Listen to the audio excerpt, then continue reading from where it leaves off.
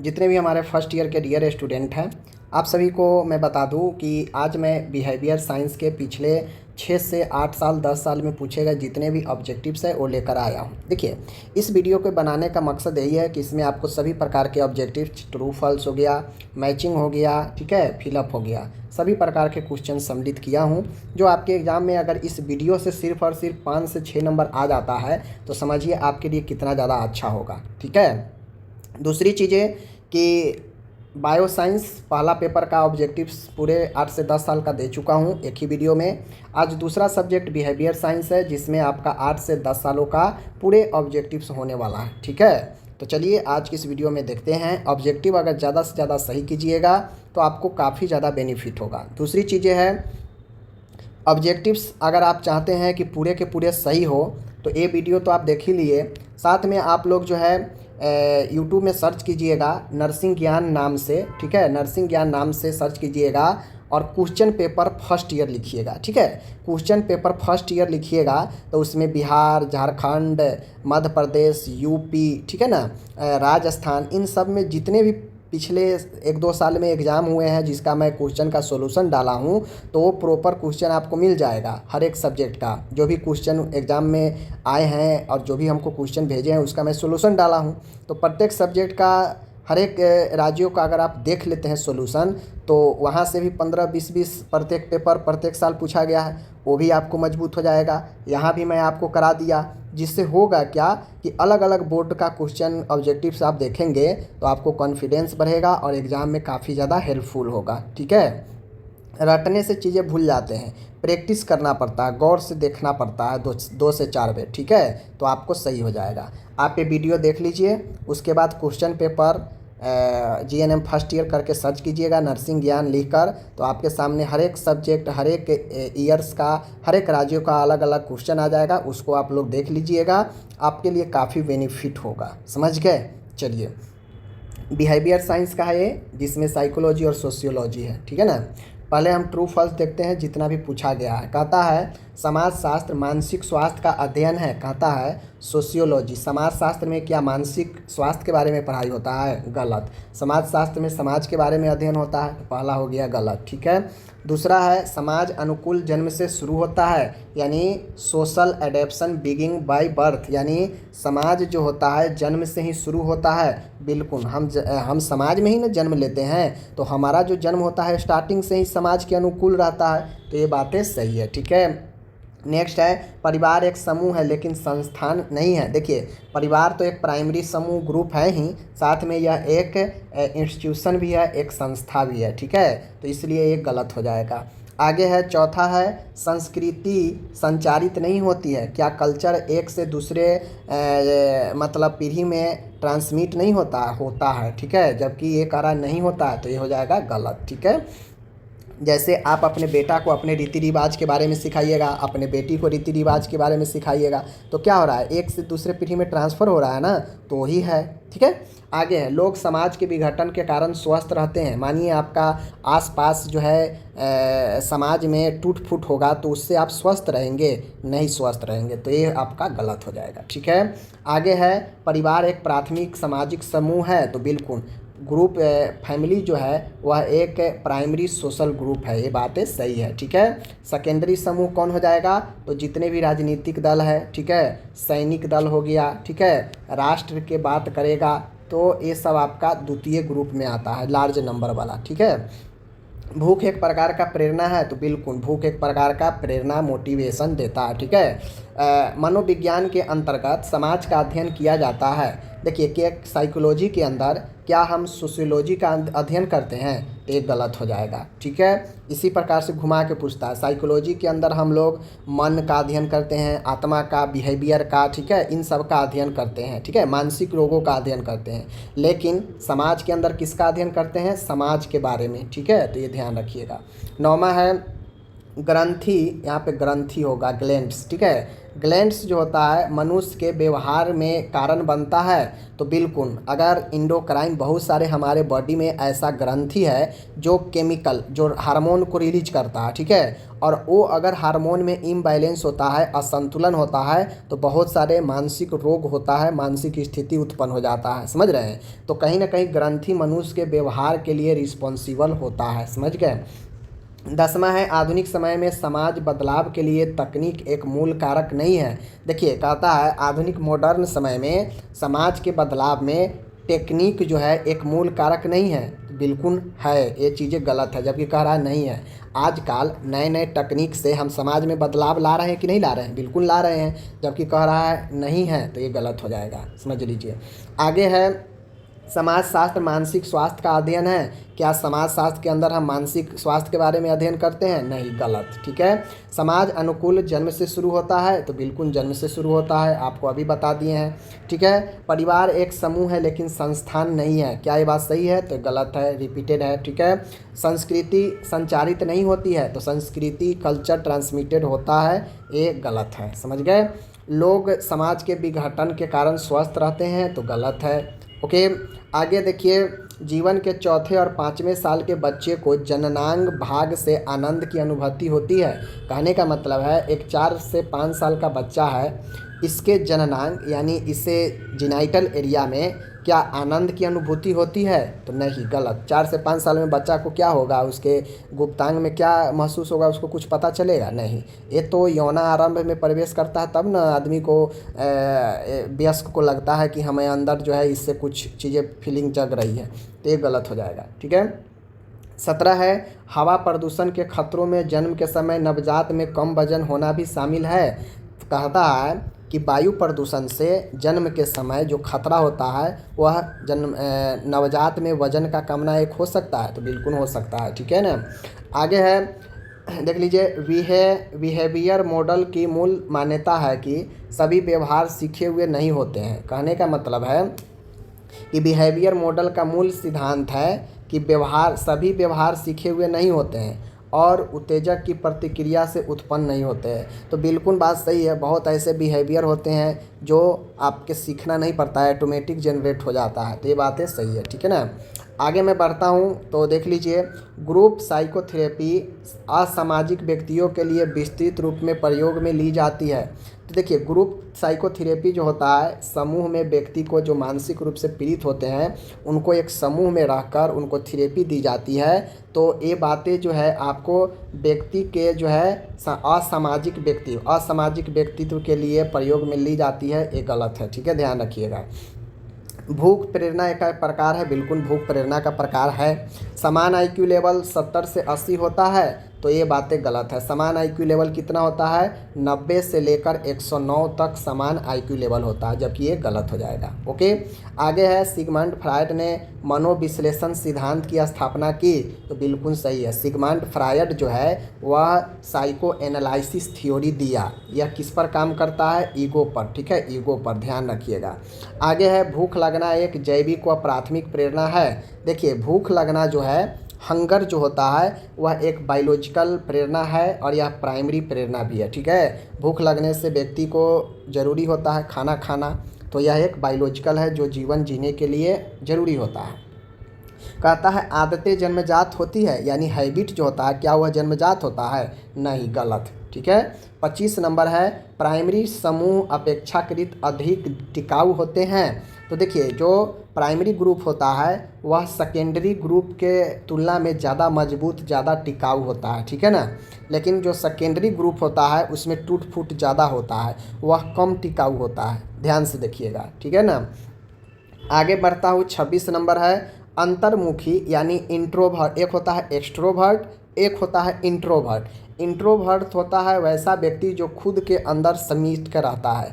Extrovert होता है जो अपने आसपास के चीज़ों में ज़्यादा रुचि रखता है, ठीक है। और जो इंट्रोवर्ट होता है वह खुद में ही रुचि रखता है, उसे दूसरे से मतलब नहीं रहता है।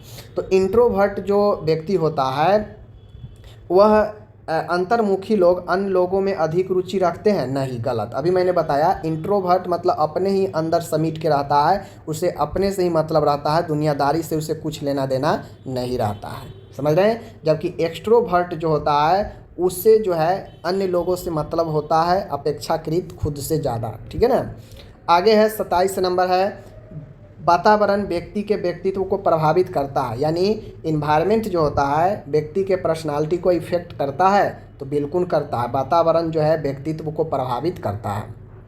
28 है, अल्पकालीन स्मृति केवल 1 या 2 सेकेंड के लिए रहता है, तो ये चीज़ें गलत हो जाएगा। इमीडिएट मेमोरी जो होता है, तत्क्षणिक मेमोरी जो होता है वह 1 से 2 सेकेंड का होता है, जबकि शॉर्ट टर्म जो मेमोरी होता है वह 20 से 30 सेकेंड का होता है, तो यहाँ पे 2 से 3 सेकेंड गलत हो जाएगा। ओके। 29 है, सभी व्यक्तियों में समान मात्रा में तर्क शक्ति पाई जाती है, तो ये चीज़ें तो गलत हो जाएगा। आप में कुछ और जो है लॉजिक होगा, रीजनिंग पावर होगा, मेरे में कुछ और होगा, किसी और में कुछ और होगा। सब व्यक्ति में जो तार्किक शक्ति होता है अलग अलग होता है। सेम हो जाता तो सब साइंटिस्टे बन जाता, न तो सब बुड़बके रहता, समझ रहे ना। तो ये चीज़ें हैं।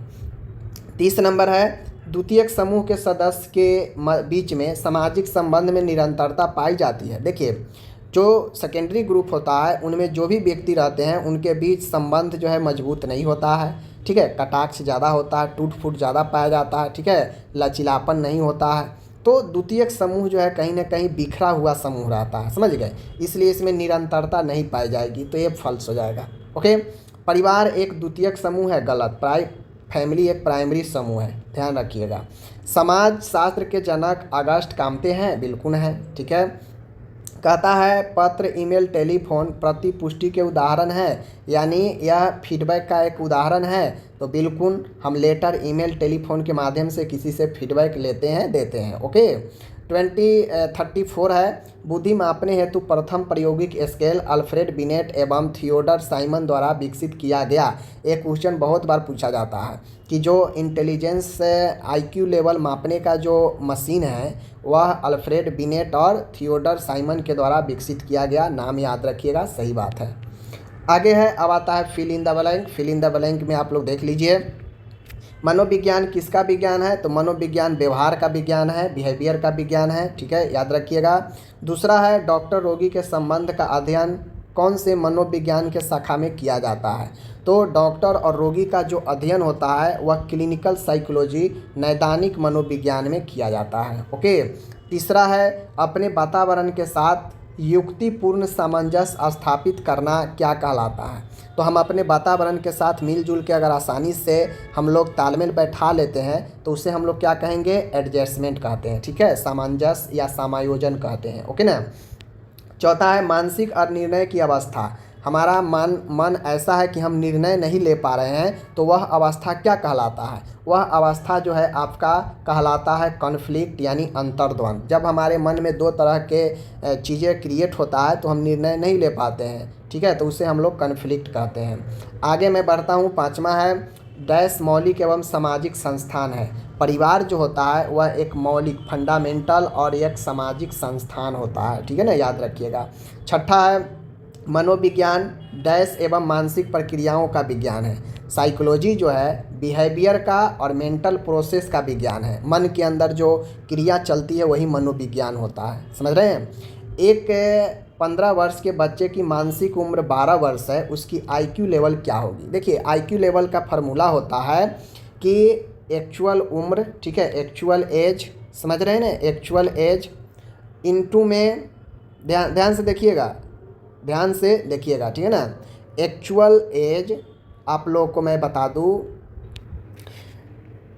देखिए, अगर आपसे कहीं भी एग्ज़ाम में पूछे कि IQ लेवल निकालिए और आपसे अगर बच्चे का उम्र दे दे या और उसका मानसिक उम्र दे दे तो IQ लेवल आराम से निकालेंगे। देखिए, IQ लेवल का फार्मूला होता है कि मानसिक उम्र को हम ऊपर लिखते हैं, ठीक है, और जो एज एक्चुअल एज देगा उसको हम लोग नीचे लिखते हैं, ठीक है, और गुना कर देते हैं 100 से, तो यह आपका निकल जाता है IQ लेवल, समझ गए। तो आप गुना भाग कीजिएगा तो 80 आ जाएगा, समझ गए। आगे बढ़ते हैं।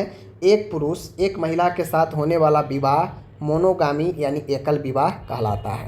कहता है कृषि, पशुपालन, मुर्गी पालन किस समुदाय का एक व्यवसाय है, तो जो ग्रामीण समुदाय में रहते हैं उन्हीं का तो जो ग्रामीण समुदाय में रहते हैं उन्हीं का तो यह मुख्य व्यवसाय है। 10वां है, अपूर्ण एवं असंतुष्ट इच्छाएं व्यक्ति में क्या उत्पन्न करती हैं। देखिए, जब आपका मन अपूर्ण रहेगा, असंतुष्ट रहेगा, तो आपके अंदर क्या होगा, फ्रस्ट्रेशन आएगा, फ्रस्ट्रेट होइएगा, तो उसी को हम लोग कुंठा कहते हैं। जब किसी का मन अपूर्ण और इच्छाएं असंतुष्ट होती है तो व्यक्ति फ्रस्ट्रेट होता है, कुंठित होता है। समझ रहे हैं। आगे मैं बढ़ता हूँ। मानसिक अनिर्णय की अवस्था, जब आप निर्णय नहीं ले पाते हैं, ऐसी अवस्था को कॉन्फ्लिक्ट कहते हैं, अंतर्द्वंद। समझ गए।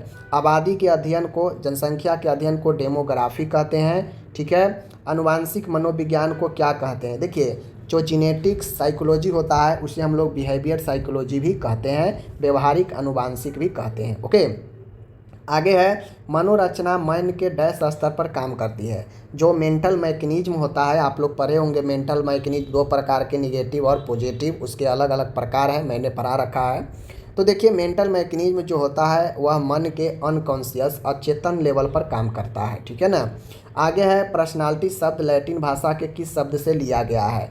तो यह पर्सोना से लिया गया है। ठीक है ना। पर्सनालिटी पर्सोना से लिया गया है, बहुत बार पूछा गया। आगे है, सामाजिक वर्ग गठन को क्या कहते हैं। देखिए, समाज में अलग अलग जो है आपके स्तर पर जो गठन किया जाता है उससे हम लोग सोशल स्ट्रैटिफिकेशन यानी सामाजिक अस्तरीकरण कहते हैं। समझ रहे हैं ना। चलिए आगे बढ़ते हैं। आगे है, एक 10 वर्ष का बच्चा है, उसका मानसिक उम्र 8 वर्ष है, तो उसका IQ लेवल क्या होगा। देख लीजिए, 8 वर्ष मानसिक उम्र, मैंने क्या बताया कि मानसिक उम्र को ऊपर रखिए, 8 लिख दिए ऊपर, नीचे में जो एक्चुअल एज देगा वो लिख दीजिए 10 और गुना कर दीजिए 100 से। ठीक है ना। तो 10 से 10 कट जाएगा ये, और 10 8 80, 80 इसका राइट आंसर। ठीक है ना। आगे बढ़ता हूँ। अनुवांशिक मनोविज्ञान को डैश भी कहते हैं, अभी पढ़ाए हैं, बिहेवियर साइकोलॉजी, व्यवहारिक मनोविज्ञान भी कहते हैं। 19वां है, यहाँ पे शिक्षा समाजीकरण का डैश तरीका है। शिक्षा जो है वह एक फॉर्मल जो है मेथड है। समझ गए, फॉर्मल मेथड है समाज का। 20 क्वेश्चन है, क्या हम अभिवृत्ति में बदलाव क्या होता है। चेंजेज ऑफ एटीट्यूड इज, अभिवृत्ति में बदलाव क्या होता है। तो जैसे ही आपके एटीट्यूड में चेंज होगा, आपके बिलीफ में भी चेंज होगा, आपके बिहेवियर में भी चेंज होगा, आपके इमोशन में भी, और समथिंग और समवन में भी आपको चेंजेज आएगा। तो अभिवृत्ति में बदलाव व्यक्ति के बिहेवियर, बिलीफ, इस सब में बदलाव आता है। 21 है, hero worship is dash mental mechanism, नायक की पूजा करना कौन सी मनोरचना है। देखिए, नायक की पूजा करना एक प्रकार से आइडियलाइजेशन है। ठीक है, आदर्शवाद है। यह आदर्शवाद से व्यक्ति को आइडेंटिफिकेशन मिलती है, पहचान मिलती है। समझ गए। इसीलिए हम नायक की पूजा करना एक प्रकार का यह आइडेंटिफिकेशन मनोरचना है। आगे है, असंतुलित लिंगानुपात सामाजिक परिवर्तन का एक डैश कारक है। देखिए, असंतुलित लिंग अनुपात होना समाज का एक परिवर्तन का जो सबसे बड़ा कारण है वह जो है जनसंख्या, डेमोग्राफी फैक्टर, जनसंख्या बढ़ना एक बहुत बड़ा जो है फैक्टर है। ओके ना। आगे बढ़ता हूँ। 23 नंबर का है कि अनुभूति डैश को अर्थ प्रदान करती है, यानी perception gives meaning to sensation, यानी परसेप्शन जो होता है, अनुभूति जो होता है, वह सेंसेशन को अर्थ प्रदान करता है। जो आप देखते हैं वो समझते हैं। समझ रहे हैं। अब आ गया यहाँ पे मैचिंग। मैचिंग देखिए काफ़ी सुंदर है, इससे आपको अलग अलग अर्थों का ज्ञान होगा। समझ गए। जैसे देखिए, कॉन्फ्लिक्ट, अंतर्द्वंद। अंतर्द्वंद जो होता है या क्या है, अंतर्द्वंद क्या है। तो आप मैचिंग कभी भी मिलान कीजिएगा ना, तो आपको जो पहले आए पहले उसको एग्जैक्ट मिला लीजिए। जो आएगा उसको अगर मैच आप कर लीजिएगा तो बचा खुचा तो एक ही दो बचता है, जिसको हम इधर उधर करके मैच कर लेते हैं। तो जैसे देखिए, हमको यहाँ पे इधर से इधर को मैच करना है, जैसे हमको नहीं आ रहा है। तो देखिए, हेल्थ एजेंसी हम देखेंगे, इसमें कौन है हेल्थ एजेंसी। ठीक है, हेल्थ एजेंसी। तो हेल्थ एजेंसी हम देख रहे हैं, एक यूनिसेफ हेल्थ एजेंसी है, तो इसका मैच हो जाएगा। ठीक है। आगे मैं देखता हूँ, मौलिक अधिकार, फंडामेंटल राइट। फंडामेंटल राइट क्या है, यह भारतीय संविधान में दिया गया एक बहुत बड़ा महत्वपूर्ण अधिकार है, तो इससे हम ये मैच कर देंगे। समझ गए।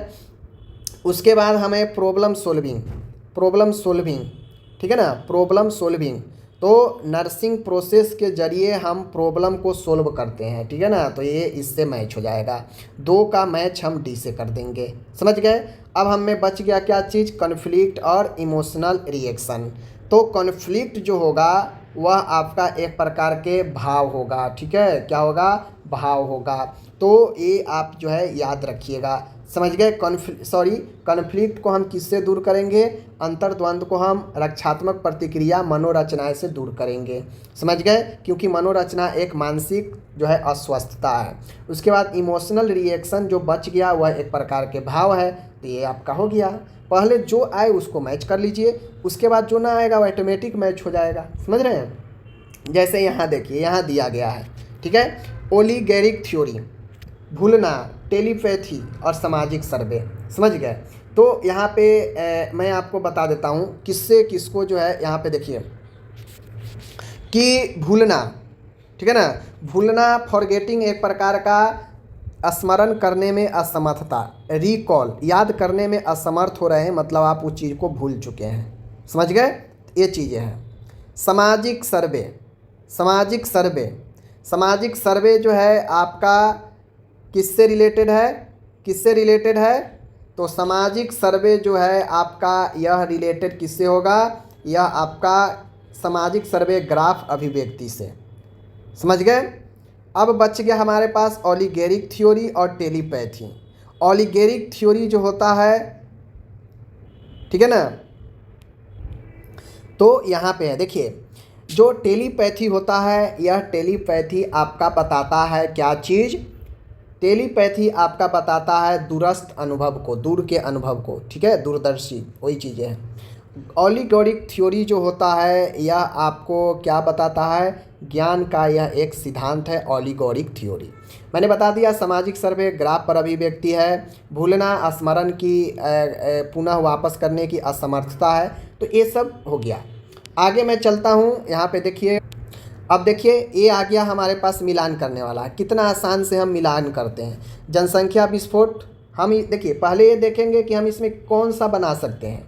तो हम देख रहे हैं कि पॉलीगामी मतलब एकल विवाह होता है, पॉलीगामी मतलब एक विवाह होता है, मोनोगामी मतलब एक विवाह होता है, तो पॉलीगामी मतलब बहुविवाह। तो ये हो गया। अगर मोनोगामी होता तो एकल विवाह होता, पॉलीगामी है तो बहुविवाह हो जाएगा। एकल परिवार जहाँ पे माता पिता और उसके बच्चे होते हैं वह एकल परिवार होता है, तो हम इससे मैच कर देंगे। जनसंख्या विस्फोट का मतलब होता है उच्च जन्म दर, तो ये हो जाएगा। और जो बच गया सहकर्मी समूह, एक ही स्थिति के समूह से मतलब है। तो ये भी कितना आसान था। अब देखिए यहाँ पे ये इधर से इधर हमको मिलान करना है, तो समझ के मिलान करेंगे। जैसे हम जानते हैं कल्चर पीढ़ी दर पीढ़ी ट्रांसफ़र होता है, यानी हम कि अपने माता पिता से सीखेंगे, दादा दादी से सीखेंगे कि हमारे क्या संस्कृति सभ्यता है। तो यह क्या है? सीखते हैं हम एक दूसरे से। तो उसी प्रकार से संस्कृति एक प्रकार से सीखा गया व्यवहार है, तो हम मैचिंग कर देंगे। द्वितीयक समूह कभी भी बड़ा समूह होता है, जैसे राष्ट्र हो गया, जैसे राजनीतिक दल हो गया, जैसे सैनिक का दल हो गया। ठीक है ना, तो ये सब बड़े ग्रुप का बात करेगा, तो सेकेंडरी होगा जिसका आकार बड़ा होगा। तो ये आ गया। जो प्राइमरी ग्रुप होगा इसका स्मॉल छोटा होगा, जैसे घर परिवार, ठीक है ना, दोस्त, ये सब जो है प्राइमरी ग्रुप होगा। तो प्राइमरी ग्रुप आपका ये आ गया। ठीक है, बच गया आपका एक समुदाय। समुदाय जो होता है वह एक स्थान को बताता है, लोकेलिटी को बताता है, तो अपना इससे रिलेटेड हो जाएगा। कितना आसान है। ठीक है, अब यहाँ पे आ गया देखिए, अब यहाँ पे जो है देख लीजिए, ये बहुत अच्छा, ये जो 4 क्वेश्चन दिया है ना, काफ़ी मस्त है, आपको कभी भी क्वेश्चन पूछा जा सकता है कहीं भी। ठीक है ना, जैसे देखिए अप्रत्यक्ष अवस्था, लैटेंसी स्टेज। लैटेंसी स्टेज जो होता है यह आपका 6 वर्ष से लेकर 12 वर्ष तक, यानी प्यूबर्टी तक स्टेज होता है, लैटेंसी अप्रत्यक्ष अवस्था। ओरल स्टेज जो होता है माय डियर, ओरल स्टेज जो होता है, मैं बता दूं यहाँ पे कि ओरल स्टेज आपका जो है 0 से लेकर 1 साल होता है, तो 0 से यहाँ पे 1.5 साल है, तो ये हो जाएगा। लिंग विज्ञान, फैलिक स्टेज जो होता है वह आपका क्या होता है? फैलिक स्टेज क्या होता है? वह आपका होता है, यहाँ पे देख लीजिए, फैलिक स्टेज 3 से 6 वर्ष। और बच कौन गया? Anal stage. एनल स्टेज जो है आपका 1 से 3 वर्ष, यानी 1.5 से 3 वर्ष दिया है, तो ये हो जाएगा। ध्यान से देख लीजिए, काफ़ी महत्वपूर्ण यह क्वेश्चन है। लैटेंसी स्टेज 6 से 12 वर्ष, ओरल स्टेज 0 से 18 महीना या 0 से 1 वर्ष कहिए, फैलिक स्टेज लिंग विज्ञान अवस्था 3 से 6 वर्ष, एनल स्टेज कह दीजिए 1 से लेकर 3 वर्ष। ठीक है, तो इस प्रकार से मैंने आपको बिहेवियर साइंस का जो भी मोस्ट इम्पोर्टेंट था क्वेश्चन पूछा गया पिछले 6 से 8 साल में मैंने आपको करा दिया। और मैंने बार बार कह दिया कि ये तो आप देख ही लिए, हर एक सब्जेक्ट का एक वीडियो मैं 6 से 8 साल का ला ही दूंगा जो कि मध्य प्रदेश में पूछा गया है। लेकिन आप चाहते हैं कि ऑब्जेक्टिव एक भी नहीं छूटे, तो इसके साथ साथ जो सिंगल मैं क्वेश्चन का सॉल्यूशन कराया हूँ पिछले 2-3 साल में जो भी अलग अलग राज्यों में पूछे गए हैं जीएनएम फर्स्ट ईयर के क्वेश्चन, उसको मैं सॉल्यूशन कराया हूँ, उसमें भी ऑब्जेक्टिव है। आप उसको भी ज़रूर एक बार देखने का प्रयास कीजिए, जितना भी राज्य का हो देख लीजिए, बेहतर रहेगा। तो आपका ज़्यादा से ज़्यादा नॉलेज बढ़ेगा, एक्सपीरियंस बढ़ेगा और एग्ज़ाम में जाएंगे तो ज़्यादा से ज़्यादा क्वेश्चन बनाएंगे। समझ गए? बाकी मिलते हैं अगले वीडियो में। धन्यवाद।